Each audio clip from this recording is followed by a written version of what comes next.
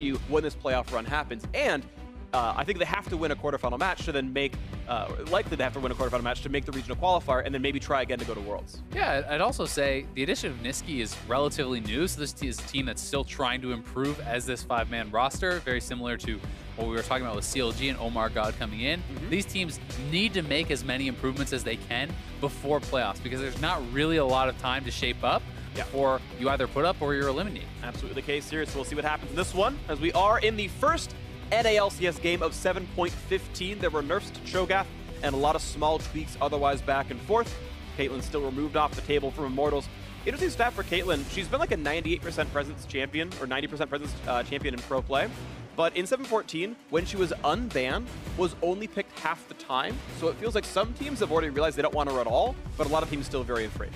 One thing that I also think is a really big difference on this patch is actually Zach. I think that the nerf to him were actually quite significant, and that is a champion that was extremely high in presence, went down something like 5 or 6% win rate in solo queue. So it may not be a champion that they feel they have to ban away, which we're not seeing in this first round of the draft, and that does open up for more flexibility in draft, and in this case, perhaps the targeting of Kalista. Okay, so Envy still think it's the right choice. Keep in mind, Elise also took some small nerfs, but Immortals thought that was more important to remove than Zach was. Also worth mentioning, Cho'Gath still available, Thresh still available. Thresh is actually the most banned champion against Immortals, and Olleh is extremely proficient on it. That is one that may be picked up here in the first round. Speaking of high win rate changes, Thresh is probably, you're talking about Zach being pretty big, we're talking about Cho'Gath being big. I think Thresh is next up.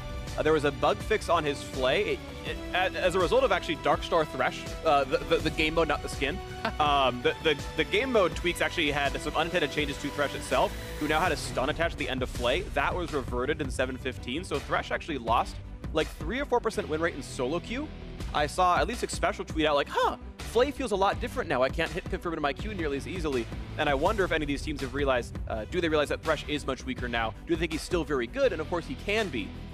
But Thresh is another one who took pretty big hits in the patch. Certainly fair. And another thing somewhat unique to Olleh is the fact that he really likes playing Morgana, which is considered one of the better matchups into Thresh. That is one of his preferred champions that he's shown not just in Summer Split, but in Spring Split as well. And giving over Thresh is perhaps less threatening to him because of his proclivity to play this champion. Absolutely the case. We'll see what comes through on this one as the final few picks of the first phase must come through. Of course, we see Rek'Sai and Tristana, the grabs here on the red side for Immortals. Definitely pretty strong in the run right. Orianna picked up for Envy in the mid lane. The other option here, I mean, you don't have to actually match roles. You can go for that mid laner if you want, but you don't have to pick a support because there's still a lot of supports that Olleh can play, and he does have a very diverse champion pool. Even if something like Morgana gets targeted, he plays all the meta melee support champions too. So Olleh with a lot of depth there, and they're going to decide to take Raliyah for Pobelter, which has been pretty high priority. And actually raising a fair bit, I would say, in the recent weeks in the world. Yeah, I mean, it's pretty much both players' most played champion. Pobelter's #1, it's Nisqy's #2, 1 game behind his Syndra. What I do find interesting, though, is Nisqy had the chance to go for the Syndra or the Taliyah or the Cassiopeia, which are by far his 3 most played. But by seeing they have Zach, he's like, let's go for Teamfight Wombo instead. Goes to a champion he's only played once so far for Envy in the Orianna. Certainly, we all know the champion, but he hadn't been going for it before, so it feels like a comp-based decision here. Certainly fair to say. Also, a very safe blind pick if you do want to actually blind pick that Orianna. Whereas things like Cassio, you might get the Orianna picked into you, which could be a tough matchup. And Taliyah can sometimes have those tough matchup against Assassins. And Pobelter is also a very flexible player. So these are always things you're going to have to keep in mind as red side gets the first round counter pick and the last counter pick of the draft. Absolutely the case here. So the second ban phase coming through right now for Immortals.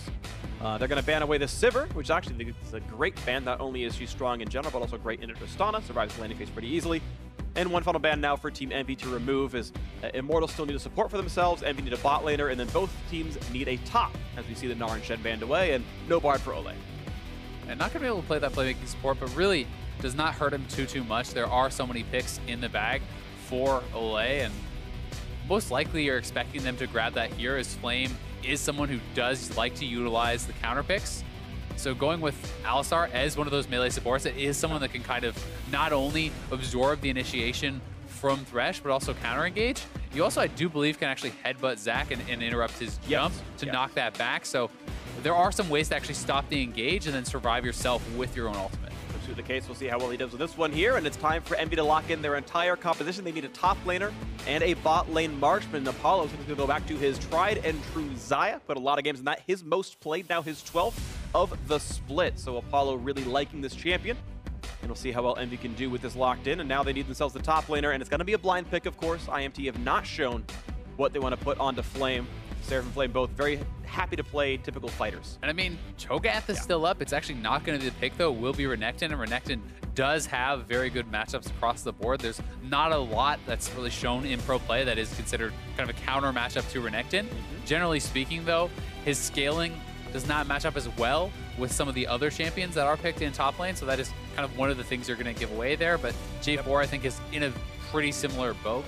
Yep, and it's pretty much absolute comfort for these players. They actually picked each other's most played, interestingly enough. Renekton is Flame's most played, and Jarvan is Seraph. But either way, of course, pretty standard for both of these guys. And the comps are ready and doing, again, fairly similar things. You know, decent wave clear, decent team fighting for the mid laners. Pretty high damage crit scaling marksman, though Cody Sun certainly is much safer as a Tristana. Engaged supports and fighters in the top lane tank junglers. We'll see which one can kind of play this better. One thing I will say, I really do favor Zach as a jungler later in the game. I think that his scaling is much more impressive than that of Rek'Sai. So Immortals is going to kind of have to know that and be able to get something done early with this Rek'Sai. You want to play more aggressively, and I do think that they have pretty strong gank assist to be able to set up some of these plays. But if you're not able to do that, and LirA is able to stay safe and just power farm, then he is going to have a big advantage, and the combinations, you know, with the Orianna are going to be extremely powerful. Absolutely agree. The team fighting very scary here from Team EnVy to see if they can stand up against North America's best right now. Comps on your screen. And as we were talking about, Zach took some nerfs in 7-15, but they're pretty much all targeted at his early game. His health cost, the safety was clear, and how fast he can clear that stuff out. So, as you mentioned, if LirA gets through that jungle phase with no issues, he's like the same champion he was before, and a champion that almost no one ever let their opponents get. And we are ready to go here with the first game of the last week of the 2017 North American LCS. Game 1, Team EnVy versus Immortals. Who's going to take it on? Immortals have a chance to secure a playoff bye with a match win. For Team EnVy, it's all about seeing how good they are to knock down these top teams. Certainly going to tell us a lot, I think, in this last week about potential playoff matchups, the form of the teams going into these matchups as well. I'm going to be interested to see where LirA starts and if EnVy is going to try to do one of these super leashes for him on the bot side to really enable him to have a faster clear, to really get going and kind of have that advantage for himself. Push a little bit right now. It's going to be fine, looks like, and just trading blows. Also, you'll notice Hakuho starting with the Ancient Coin. That, I think, is the correct choice. Yeah. We still do see a fair number of players on Thresh going for the Relic Shield, which, in my opinion, is just kind of inferior now unless you are a pure melee champion. Even in some of those cases, I do think it is weaker. The amount of gold you actually get from this item is absurd. If you get an early upgrade, you can very easily end a game with 2,000 or 3,000 gold income from it. It's something I've been looking at. Shout out to lawanalytics.com for doing a lot of stats crunching. But basically, as far as solo queue is concerned, Thresh is about 1% higher win rate with coin. Alistar is only 0.5% win rate higher with coin. So if you really need the health, like, health has value, very obviously, and providing regen to your teammate obviously has value as well, what Relic Shield does, and sometimes that does compensate. Again, I agree with you, coin's very, very good even on these tanks. The other thing I would say about Relic Shield that sometimes can be overlooked, but is often more important in pro play, is how you utilize the charges to manipulate the wave push. So if you really want to shove very hard for a level 2, which they're obviously going to be able to do anyway because EnVy is very late to lane, you can utilize those Relic Shield charges to actually push and try to push for a level advantage, or to try to save them for really intelligent times when you're looking to reset the wave and try to shove it in. So sometimes pro players will be more intelligent about their Relic Shield usage. And we can see that Olleh has not actually utilized the charge just yet, even though he had the ability to do so. So he's going to try to save those and perhaps go for a faster level 2. Yeah, the first wave kind of goes to equilibrium regardless. Now a bit of a trade on a Hakuho, a couple hundred damage there, but Cody Sun taking shots as well is generally in the favor of EnVy, as Cody Sun has got to now read him with that Warlords. Seraph getting pushed around, Flame getting the early push for himself and not yet getting ganked, and you can see that Xmithie's going to get him. Yeah, that Scuttle Crab right there to help make sure that he is safe. Certainly Zach can jump the wall and satchel up there for him, but it does provide a little bit of safety to his top laner, as Xmithie is going to probably put a deep ward down, get rid of the satchel, and kind of ensure that his top laner is safe. And honestly, he could just go straight up for the red buff. With his lanes pushing, there's not a whole lot that LirA can really do to contest this, so I think this is a smart play from Xmithie to try to get aggressive, but LirA responding very well, realizing where Xmithie was actually pathing because they had a good early river ward that is now expired. They are able to spot Xmithie there, and he's just going to trade the other side of the jungle for this. Xmithie actually not going to stay to kill off the big drop. In fact, the rest of Immortals going to try to stop this blue buff take, but it's in smite range and one more hit. There it is. LirA gets it. Bit of a 3v3 depending on who shows up here. Headbutt Pulverized comes into LirA. Now a trade between Pobelter and Nisqy. Meanwhile, Flay on the backside, and LirA's getting pretty low on this one. Olleh as well, but of course LirA has a passive. Here's a chase on Nisqy. Flash not going to find the knockup though. Xmithie wants that kill. Meanwhile, Olleh getting shut down, and the kill comes in. And meanwhile, at the same time, Nisqy able to jump over the wall, and I said meanwhile about 17 times. I'll try to cut that one out, but the fight is still going on. There's a TP into the bot lane, and here comes the Flay back and forth. They're going to lose his passive. Do they have the damage TP already used by Seraph, so he cannot save the Bloblets? The chase on a Hakuho. Couple more shots to do it. The flag and drag, the knockup and a two. That was absolutely beautiful. Flame donates the kills over. Now the fight continues on to Cody Sun, who jumps away, and it's a 3-for-1 to Immortals. Seismic Shove finds Apollo, and he's going to come crashing down to earth. 4-1 Immortals.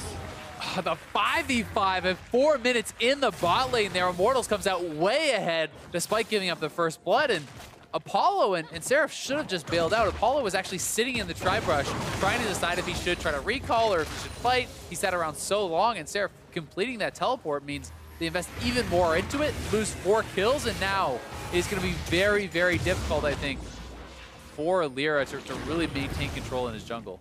LirA at least gets to smite away the big chicken there. He had smited that one out, so I didn't know he was coming, and at least it's something back for him. But you're right, it's now a lot of wounds to lick.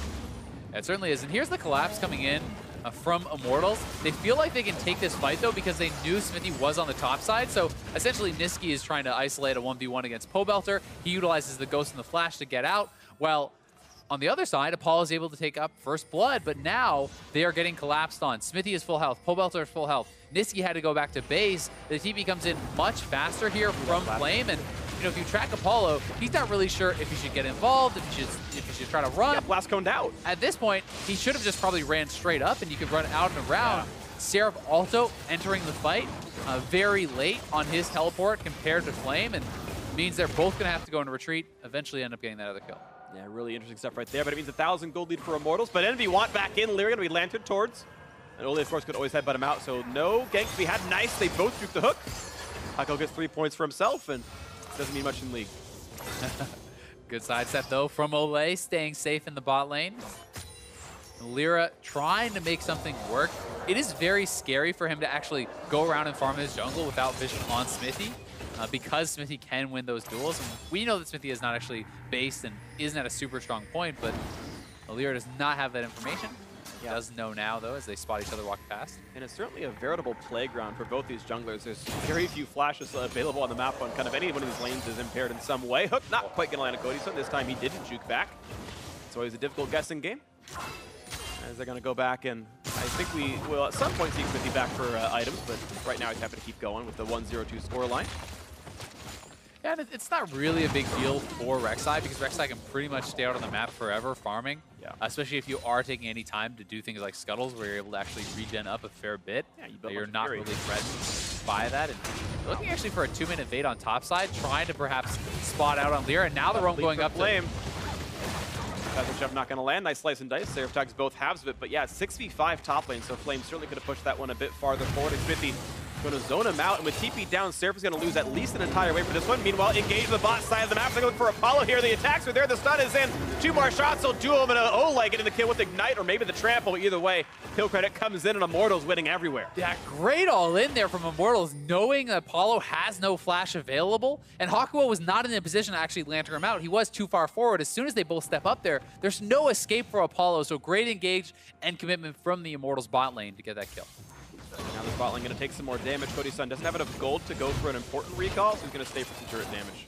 And this is simply it. As they move up, Hakuho cannot actually save him. He needed to be further back, you know, for actually hitting that lantern, or you have to flay the headbutt pulverize. It's one or the other. He cannot do either here, and the fact that the summoners are down on Apollo means it's an easy kill. And things looking good for that Immortals bot lane. You can still compliment Olleh for seeing, ooh, Thresh is far. I can get this headbutt pulverize to land. We're good here. Certainly a great engage. Yeah, every mistake requires, ooh, that's a good one, though. They're going to go. Oh, he took the ledge too early. That is so unlucky. Apollo, sadly, Gets it slightly wrong, and Hakuho cannot quite deliver the teammate. You can't blame Hakuho for that one. He played it perfectly. Yeah, it was a good try, but not quite able to find that timing to go for the engage over onto Cody Sun. So he will be able to get back. All right, he's fine. And ulti by Seraph, just going to shove the wave in, and Flame going to back off. All right, we're good. Yeah, Flame can easily just walk away, collect that wave, and it does actually make Seraph a little bit vulnerable, utilizing the ultimate to push in the wave and trying to go kind of aggressive like that, because Xmithie can very easily come back topside, and Renekton is not too hard to dive if he doesn't have the ult up. It's so easy to actually set that up with J4, who has very strong gank assistance. And Rek'Sai, you can drop aggro on purpose by just hitting R at some point. It's kind of beautifully timed for this one. Now we've got to fight in the top lane again, but Seraph getting a good trade. Flame gets almost nothing out of it. Yeah, and that's kind of what you expect. If the Renekton does the trades perfectly, it's very hard for J4 to kind of retaliate. Yeah. You are just looking to more withstand those early levels and then either wait for your jungler or try to have a bigger impact in the team fights, because Jarvan's ultimate in that team fight, I think, is more explosive and more impactful than that of the Renekton. I agree. First recalls came in for the supports. Moby's on both of them, so both Olleh and Hakuho really want to roam across the map, and we'll see if they can get some map impacting plays as a result. Cinderhulk entirely done for Xmithie with his green smite as well. They are not quite there because obviously had a much weaker early game. Immortals sitting on this 2,000 gold lead for now, and we'll see what comes in next. Expect the marksman to recall kind of soon, at least Cody Sun. Yeah, and I mean, for Immortals, you would like to see them try to push the pace a little bit. They have these item completions faster, they have more gold in their pockets, but they don't want to just sit back and allow Envy to farm. As time passes, the gold lead is going to mean less there, so they're looking for a four-man play on bot side, and LirA could be in trouble here. The flash knockup guarantees everything else is going to land, and he's down to the bloblet. Seraph could TP, but he might not even try to. He is going to keep him alive for now. Meanwhile, on the bot side by that turret, Flame has shown up. Here comes the burst damage. LirA's going to flash, and he stays alive. Good TP by Seraph. He's now playing the fight as well. Over the wall. I'm not going to find us yet. Flash away by Seraph, and nothing yet for Nisqy. Now the hook comes on in. They're looking to find the trade. Seraph low on health. They're going to find that one almost. They can't kill him just yet. Xmithie gets the kill on Seraph just finally at the end. Let's bounce. Brings one back in. LirA's still very low, but staying alive. Xmithie cannot quite get the kill. Shotgun buys more time, and LirA gets out safely. It's a 1-for-1 so far. Pobelter has died. The chase in towards Nisqy. One more shot will do it. Nice ulti by Cody Sun. Gets him with the explosive. Or sorry, the buster shot at the very end of it all. And now Apollo under turret. There was a wave to buy some time, but is closely going to die. And now Apollo in a bad spot. Headbutt's going to land. He's got the shield, but do they have the chase in? One more shot. He might die to the explosive charge. It's close. And the shield comes in time, and Hakuho gets the cooldown. He's going to stay alive. And it's going to be that, I believe, 1-for-1 overall or something close to that. Bot lane's still under fire. This could be first turret for Immortals. Ridiculously close fight, but the fact that Immortals have more health at the end of it means they can not only get this first turret, but even donate over first turret gold solo to Cody Sun if they decide to do it. We'll see if they make that call. They are just instead going to split it, which may mean they want to try to go for the dragon also here. They're just instead going to base. All right.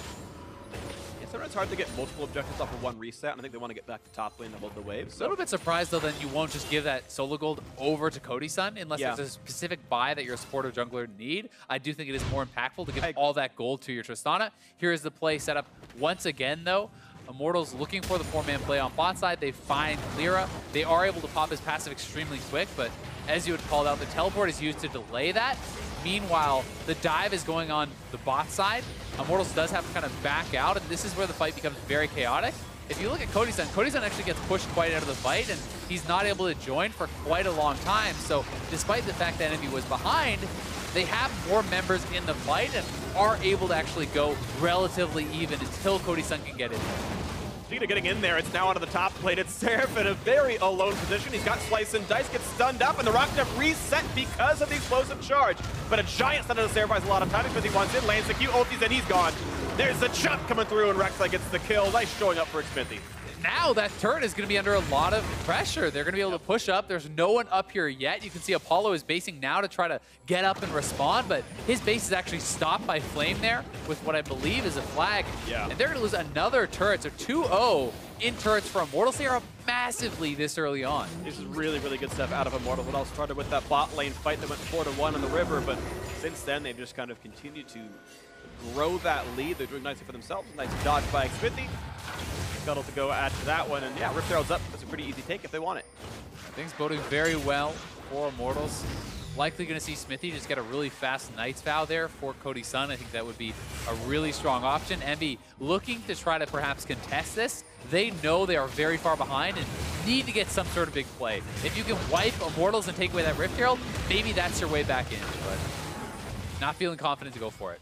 See what happens. Yeah, LirA's waiting. He was on a control ward, but said, nah, never mind. It's going to be an easy take. There's a smite. Xmithie gets that one, no problem. And depending on how much damage to the mid turret, it's only taking about 12% health, so it needs more chips in the paint before Summoning Herald's going to knock that thing down.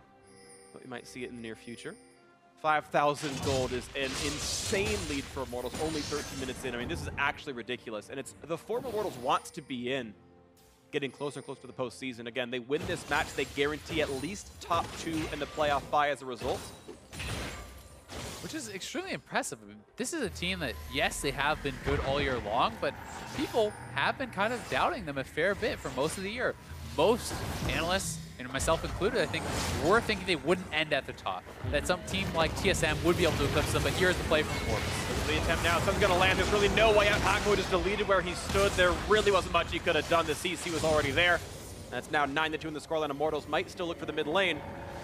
Yeah, with that pick, they could try to dive and then go for Rift Herald on 2. We'll see if they get it. And there's the flash in. They want Orianna. The shot never gets a chance to cast it. Nisqy goes down. Let's bounce brings one back into the turret. But there's still pretty tank, and the dunk is there, and LirA going to be able to flash away to safety. Olleh still alive. Mid turret's going to go down. Such a good play, though. They can actually knock down this first turret and then perhaps summon Rift Herald for a second. Ooh, they're going to get the trade into Olleh. Nicely done there. Seraph showing up. LirA the same, and Olleh took the wrong way out back through mid lane. He went through the Raptors instead and got taken out for that one. So the trade and kills, but yes, mid outer will fall. Actually, just going to hold on to the Rift Herald for now. Perhaps because that kill got traded back, not electing to actually go for it. And they are still having that in the bag. If they can convert that into yet another turret, all the outers are now down.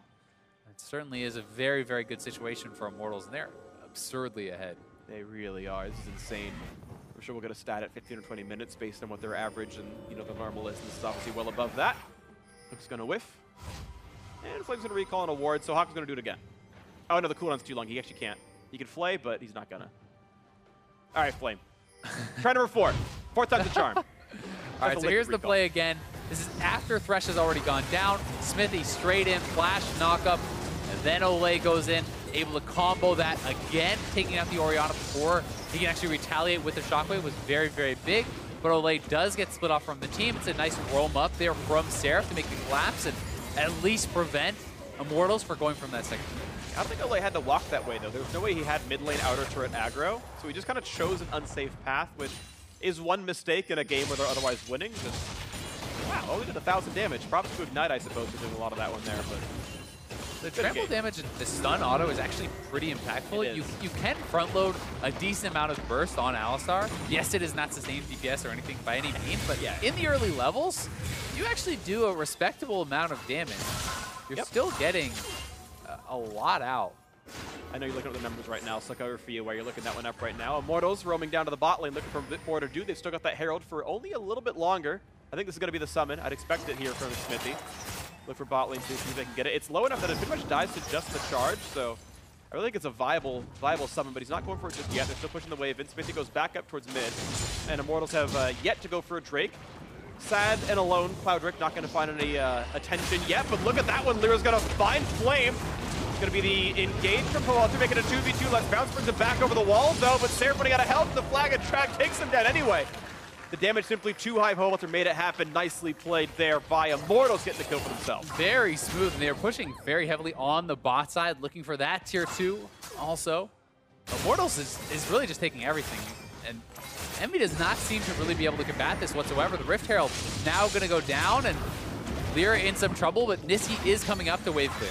Yeah, showing up for this one. This turret's going to get dropped a bit low. Smite actually, unfortunately, a bit late. I think if you smite earlier, it does less damage to the turret when it charges. Either way, though, it goes down. Turret is injured, and that's what Herald did. About 2/3 of top lane tier 2. And drawing that pressure over, so now they have the wave in, and they've cut off Nisqy. Talks about a Nisqy. Do they have the seismic shove afterwards? He's not quite in range, and the Ghost can make sure he doesn't remain that way. And now he goes back over the wall as Xmithie has that low tunnel cooldown. But Immortal's going to make sure that, top lane 2-2 finally falls to the end. His Flame just sticks up there and makes it go down. And it's a very intelligent play from Xmithie because they're getting more chip damage down on the turret, and they're also getting the fact that they're zoning Nisqy off an entire wave. So he's losing that experience, losing that gold, these little plays. have been very, very nice from Immortals. It feels like they're doing pretty much everything right. Absolutely agree. And now, speaking of everything right, they're getting a Cloud Drake. Oh, you can't make a better play in League of Legends. Slightly exaggerated here, but Cody Sun gonna knock one down. It's not the easiest. Cloud Drake has very high single target damage, but his team is zoning out for him. And yeah, he'll be fine by the end of the day. Not a problem here in this one, and Immortal's gonna grab even more. Put another feather in their cap, as is fitting for an airborne Drake, as they set up about 8,000 gold. And for context, as we were talking about earlier, the Alistar combo with Ignite, and if you actually get your stun proc off, is doing around 700 to 800 damage before mitigation, which is quite a bit at these earlier levels when you are looking at an Orianna who has, say, 1,400 health. Yep.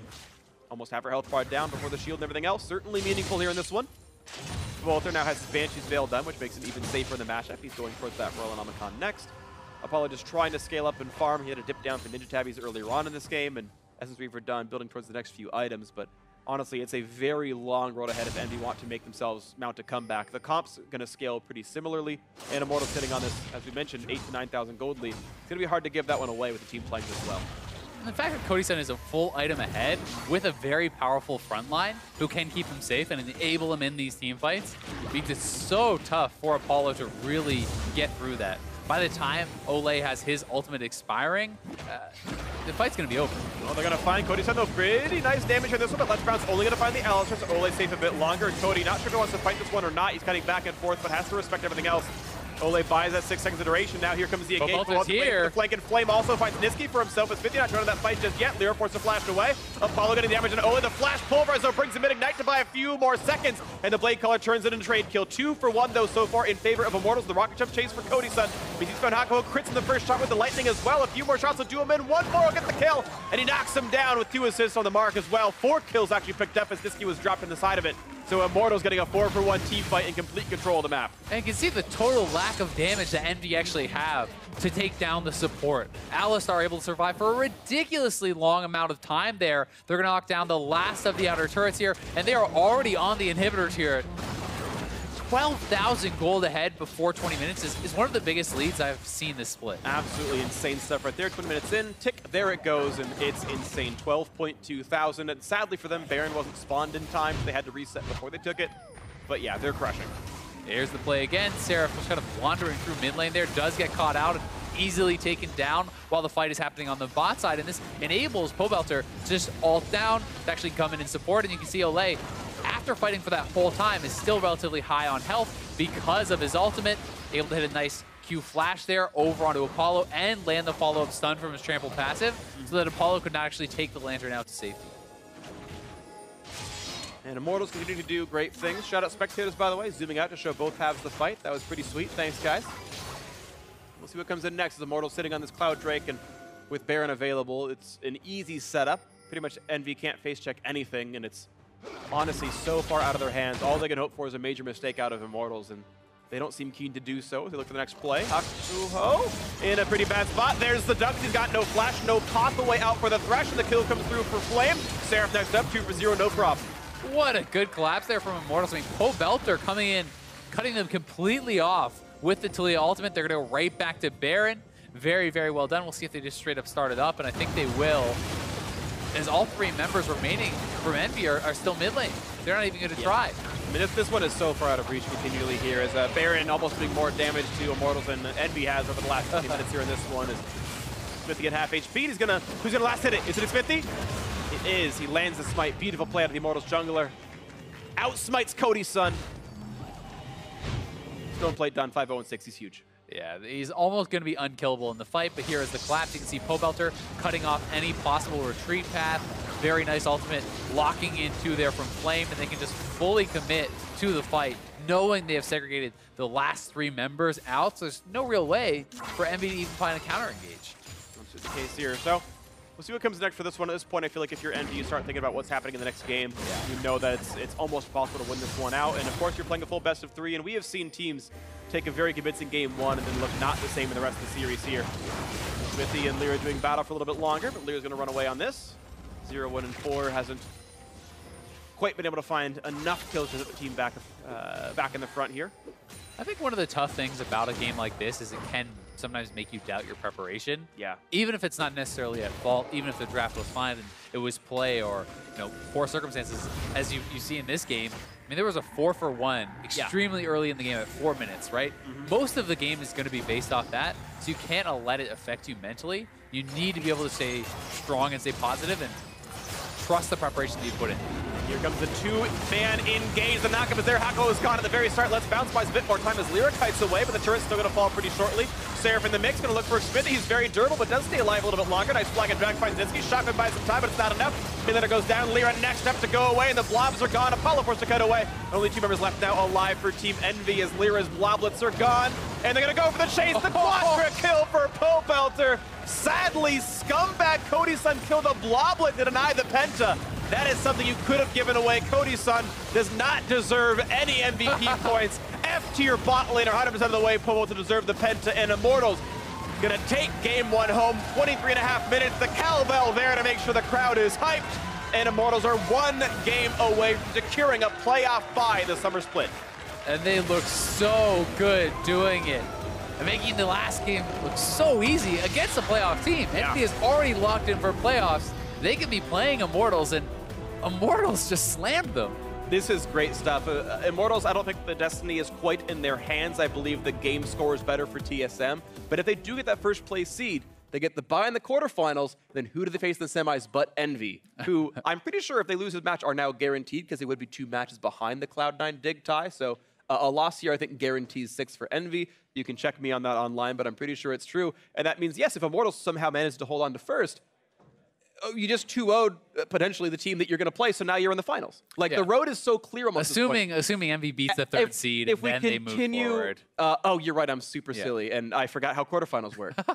My brain is terrible. Envy's in the quarterfinals, so then they go to the semifinals. Forget and then they everything lose. I just said. I'm an idiot. For more on that game, let's send it to Dash and Jat, who are less dumb than me. I mean, I don't even know what to say. Phreak just said everything I needed to say for me, but that's right. Don't listen See to you for Phreak. game 2. Listen to us. We've got everything you need to hear right here in the analyst room. I mean, here's the thing. That was next to the fastest game we've had so far this split, next to the most dominant in terms of gold leads, and we'll get to that in just a moment. Before Immortals, man, they are going to feel good coming out of the gates here in week 9 and putting up a performance like that over a playoff team. Exactly. And Envy put up a pretty good fight last week, and people were wondering how scary they were going to be. So one interesting thing about the draft here is this is the heavily nerfed Xayah. Yes. And it's something Envy still thought had a lot of competitive viability, and Immortals shut that down in a big way early game. So that's the last time the game was close. Right. Champion select. All right, so let's get into this. What we're going to do is we're going to pull up basically an early game replay, but this is 2 very intelligent jungle minds meeting at a high level in the game. Walk me through this one, Jad. So LirA got a super leash. Therefore, Xmithie is trying to scout him at the blue buff. He wards the blue and sees it's still there.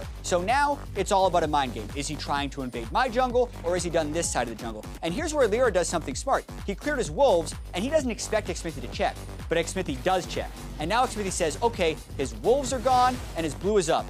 Where could he possibly be, because I know the bot lane was late due to the super leash? He figures it out. This is actually a really complex problem to solve on the fly. He says, guys, he's a blue. Check. So the team then goes and chases after LirA. Olleh roams in, and chaos erupts, right? Because LirA says, hey, they might know. They know the roam is on. He thinks he can get it, and he does. But because Immortals is all on the same page, Pobelter also roamed first. This is a whole team play, and the mind game here is insane. A little bit of missed execution on the bottom of the screen there where Xmithie missed his knockup, but they are still a little bit faster on the play, so to speak, because their team arrives. So while First Blood does go over to the other side, the cleanup comes in. Immortals has lost their support, but for Envy, their mid laner is out of the fight, right? So even though the kill hadn't come through just yet, they were lacking damage, which is why when the rest of Immortals collapse and the rest of the fight plays out the way it does here, you see them come away with more kills than Envy and ultimately take the advantage. Yeah, and this is the type of stuff that Immortals wasn't able to do before Xmithie. Right. Right? I feel like so many junglers would have just taken blue, because you're always worried if you're going to try and 3-buff someone, so to speak, to just get it. Or you accept the fact that the jungle has been split. So I don't discredit LirA for getting caught and getting his team in a bad situation.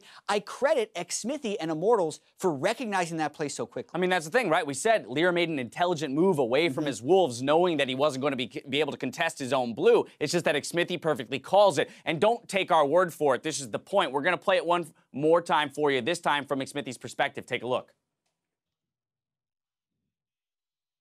Cody, can we kill Thresh, you think? I don't think so. I don't think so. Alright, he's not showing us. He might be out of blue. He might be out of blue. Okay. I'm gonna ward. Yeah, he's out of blue. I think he's out of blue. Should I go? Should I go? No, he did wolves. He did wolves. Oh, okay. Zach is top then. Yeah, he's top. Thresh, he can be bottom now, though. He can be bottom, going straight to our blue. Okay. Eugene, do you have wards? Yeah, I have one. Can you guys check our blue? Okay. Anyone? Can anyone? Cody, I can go. Yeah. All I can check. Yeah, they look like they're going for there. Yeah, they're going. They are. Yeah, they are. I can go. Crazy, right? Because that's my first time hearing this, and that's kind of what I thought was going to happen. When I saw LirA take off his wolves and Xmithie moves down to wolves, he's probably really confused right now. So it was so cool to see him say he's probably out of blue. Wait, no, he took wolves. So he still hasn't shown. He must be doing it anyway. Right, and you hear him call out multiple options. You say he could be bot side. You also have to watch for the gank, right? He could be choosing to gank instead of go for my blue. No, he's not doing that. Do you have wards? Let's collapse, and the play unfolds. Essentially, that's the most important couple minutes of the game because the gold lead that is built off of that from Immortals, just purely from that play, is massive, and they run a perfect snowball. 15-minute gold differential of 6.6K. That's the second highest of any game this split. It was insane watching that stack up because every player was impacted by that play. So by the end of it, they could get CS advantages in all 3 lanes, kill advantage on Xmithie, and then credit to them as well. It's no easy task to take that small advantage and turn it into a giant one, but that's why they are the first place team, because they're showing they can do that. I mean, they also hold the highest gold advantage at 15 from a previous game against Dignitas at 6.9K. So again, if you're looking at Immortals heading into playoffs and this idea of returning to form, being the #1 most dominant team in the North American LCS, this is the way they're going to do it. And it's all off the back of Xmithie. He's picking up player of the game this time around for exactly that 30 seconds of audio that you heard right there. It was very clear that he dictated how the team was going to play the game in the early game reactively to what LirA was doing. Yeah, everyone's talking about the MVP race because we're in the final week of the regular season. That's all that matters for MVP. LirA's a candidate. Xmithie's a candidate as well. So all these guys are trying to make that final push for it. This was a pretty good showing along with the rest of the things he's done this year because it's a total regular season award, but this helps. All right, we just were really Immortals heavy there. So let's jump over to Envy for just a quick moment because as you mentioned, you don't want to discredit LirA for the work that he did or for the fact that he got caught. I'll put that in air quotes there. But you know, there's only so much you can do when you go down 3, 4, 5K so early on in the game. And now it's about resetting for that game 2 and saying, no, we're still a playoff team and we can still take these guys down. Now it's about proving it. Yeah, and you can see these series go back and forth even after it looks like the series should be over after one game. One guy that I want to see step up in the next game is Nisqy. He's a rookie who I think actually is in contention for Rookie of the Split because he's been playing so well, but he didn't have a good game. The one thing that did tilt that play aside from Xmithie was just him getting chunked out by Pobelter, not respecting the Talia Roman and hugging the wall. So I want to see Nisqy perform better in the next game and try and help Envy out a little bit more. All right, well, Immortals came out swinging in game 1. We'll see if they can claim a playoff bye with a win in game 2 or whether or not Envy can strike back when we come back.